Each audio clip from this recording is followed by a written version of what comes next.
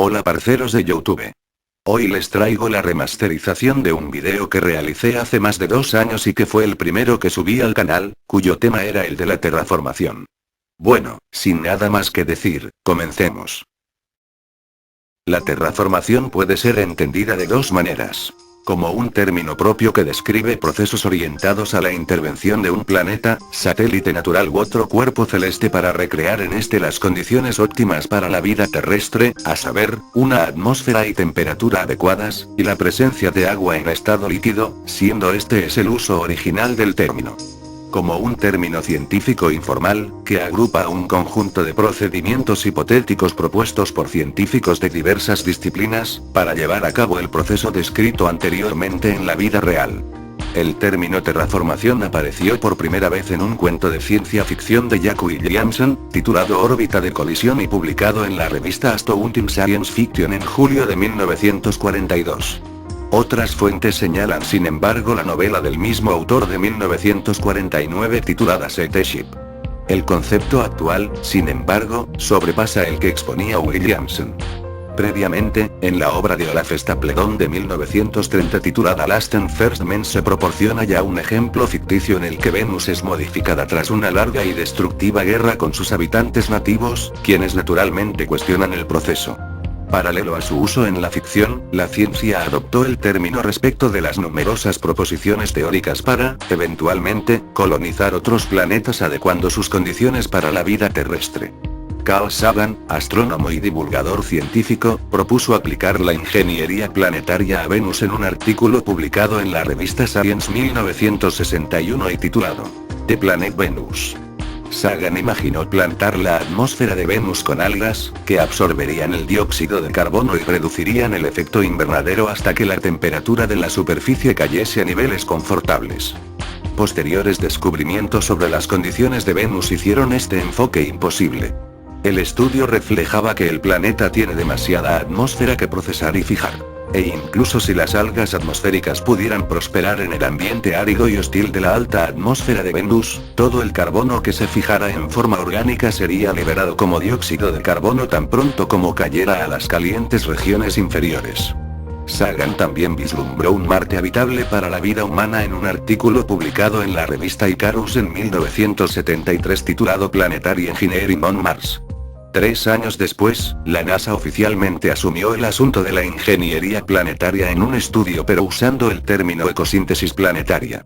El estudio concluía que no había limitación conocida a la posibilidad de alterar Marte para mantener vida y hacerlo un planeta habitable. El mismo año, en 1976, uno de los investigadores, Joel Levine, organizó la primera conferencia sobre terraformación, que en aquel momento fue llamada modelación planetaria. En marzo de 1979, el escritor e ingeniero de la NASA James Oberg organizó el primer coloquio sobre terraformación, una sesión especial llevada a cabo en la Conferencia Científica Lunar y Planetaria en Houston. Oberg popularizó los conceptos de terraformación discutidos en el coloquio en su libro New Earth publicado en 1981. Pero no fue hasta 1982 que la palabra terraformación se usó en el título de un artículo publicado en una revista. El planetólogo Christopher Kay escribió Terraformando Marte, un artículo para el Journal of the British Interplanetary Society. El artículo discutía las posibilidades de una biosfera marciana autorregulada, y el uso de la palabra ha sido desde entonces el término preferido. En 1984, James Lovelock y Michael Allavi publicaron The Greening of Mars. En él se describe un nuevo método de calentar Marte, añadiendo clorofluorocarbonos a la atmósfera. Motivado por el libro de Lovelock, el biofísico Robert Haines trabajó calladamente promoviendo la terraformación, y contribuyendo con la palabra ecopoiesis a su léxico. Con los conocimientos actuales, Marte parece ser el planeta cercano en el que más posibilidades existirían de terraformación. Robert Zubrin, fundador de la Mars Society, expuso en 1991 un plan relativamente barato para una misión a Marte llamada Mars Direct, que establecería una presencia humana permanente sobre Marte y dirigiría los esfuerzos ante una eventual terraformación. La principal razón arguida para llevar a cabo la terraformación es la creación de una ecología que mantenga mundos adecuados para ser habitados por humanos. Sin embargo, algunos investigadores creen que los hábitats espaciales serían una forma más económica de colonización espacial. Si la investigación en nanotecnología y otros procesos químicos avanzados continúan al ritmo actual, puede hacerse posible el terraformar planetas en siglos en lugar de milenios. Por otra parte, puede ser razonable modificar a los humanos para que no requieran una atmósfera de oxígeno y nitrógeno en un campo gravitatorio de 1G para vivir confortablemente. Esto podría reducir la necesidad de terraformar mundos, o al menos el grado en el que esos mundos necesitarían ser alterados. Un requisito importante para la vida es la fuente de energía, pero la noción de un planeta habitable implica que otros muchos criterios geofísicos, geoquímicos, y astrofísicos deban cumplirse antes en la superficie de un cuerpo astronómico capaz de soportar vida. De particular interés es el conjunto de factores complejos, animales multicelulares además de organismos simples en este planeta. La investigación y la teoría de esto forman parte de la ciencia planetaria y la nueva disciplina de la astrobiología. Una vez que las condiciones sean más favorables para la vida, podría comenzar la importación de las especies exóticas, comenzando por la vida microbiana. Con condiciones aproximadas a las de la Tierra, la vida vegetal también podría ser trasladada. Esto aceleraría la producción de oxígeno, que en teoría otorgaría al planeta las condiciones necesarias para soportar la vida humana y animal. También conocido como el concepto de cúpulas, la paraterraformación o pseudoterraformación consiste en la construcción de un recinto habitable en un planeta que en último término podría crecer hasta abarcar la mayoría de la superficie útil del mismo. El recinto consistiría de una cubierta transparente mantenida a 1 o varios kilómetros sobre la superficie, presurizada con una atmósfera respirable y anclada mediante torres y cables a intervalos adecuados. Una cúpula podría construirse usando tecnología conocida desde los años 1960. La paraterraformación tiene muchas ventajas sobre la aproximación tradicional a la terraformación. Por ejemplo, proporciona unos beneficios inmediatos a los inversores. La cúpula comienza en una pequeña zona, una urbe bajo una cúpula por ejemplo, pero esas zonas proporcionan espacio habitable desde el primer momento. La paraterraformación también permite una aproximación modular que puede ser ajustada a las necesidades de la población del planeta, creciendo solo en donde y lo rápidamente que sea necesario. Finalmente, la paraterraformación reduce enormemente la cantidad de atmósfera que sería necesario añadir a planetas como Marte para que tuviera una presión atmosférica similar a la terrestre.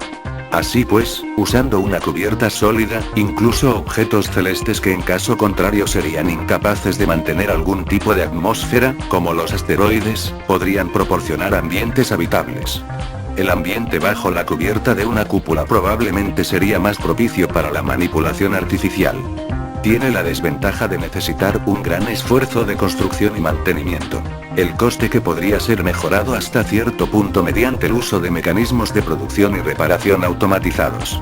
Una cúpula sería más susceptible a un fallo catastrófico en el caso de una rotura importante de la cubierta, aunque este riesgo probablemente podría ser reducido mediante la compartimentación y otras medidas de seguridad activas. Los impactos de meteoritos son una preocupación importante en ausencia de una atmósfera externa en la cual se puedan quemar antes de alcanzar la superficie.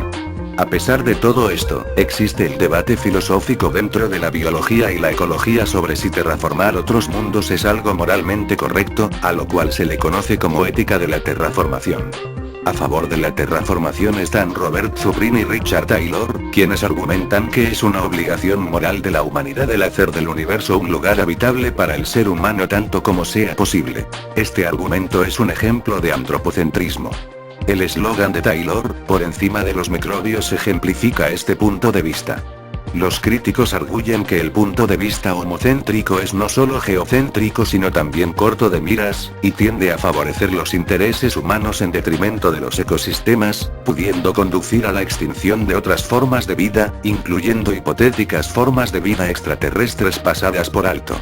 Ecocentristas como Christopher Kay reconocen el valor intrínseco de la vida y buscan preservar la existencia de las formas de vida nativas.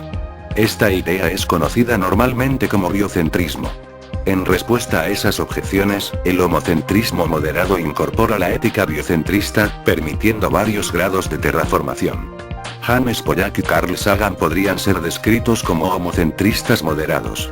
Por otro lado, para los que se oponen a la terraformación, el impacto de la especie humana en otros mundos, tales como la contaminación interplanetaria, y la posible interferencia con, o la eliminación de hipotéticas formas de vida alienígena son buenas razones para preservar esos otros mundos en su estado natural. Este es un ejemplo del punto de vista biocéntrico. Los críticos por su parte arguyen que esto es una forma de antihumanismo, asegurando que las piedras y las bacterias no pueden tener derechos, y que el descubrimiento de vida alienígena microscópica no debería evitar que la terraformación se realizase. Puesto que la vida en la Tierra será destruida en último término o bien por impactos planetarios o bien durante la fase de gigante roja del Sol, todas las especies nativas perecerán si no se les permite trasladarse a otros objetos celestes. Los contrastes entre esos argumentos son explorados en profundidad en el campo de la ética medioambiental. Algunos investigadores sugieren que ambos paradigmas necesitan madurar hacia una ética cosmocéntrica más compleja que incorpore el valor, desconocido por el momento, de la vida extraterrestre con los valores de la humanidad y todas las cosas del universo. Sin embargo, alguna gente advierte que la ética en sí misma es demasiado subjetiva para ser de alguna utilidad, y la economía debería guiar la terraformación, para bien o para mal. Bueno gente, esto ha sido todo por el día de hoy. Si te gustó, puedes dejar un pulgar arriba y una suscripción, en caso de que quieras ver más videos como este. No olvides compartir este video. Adiós.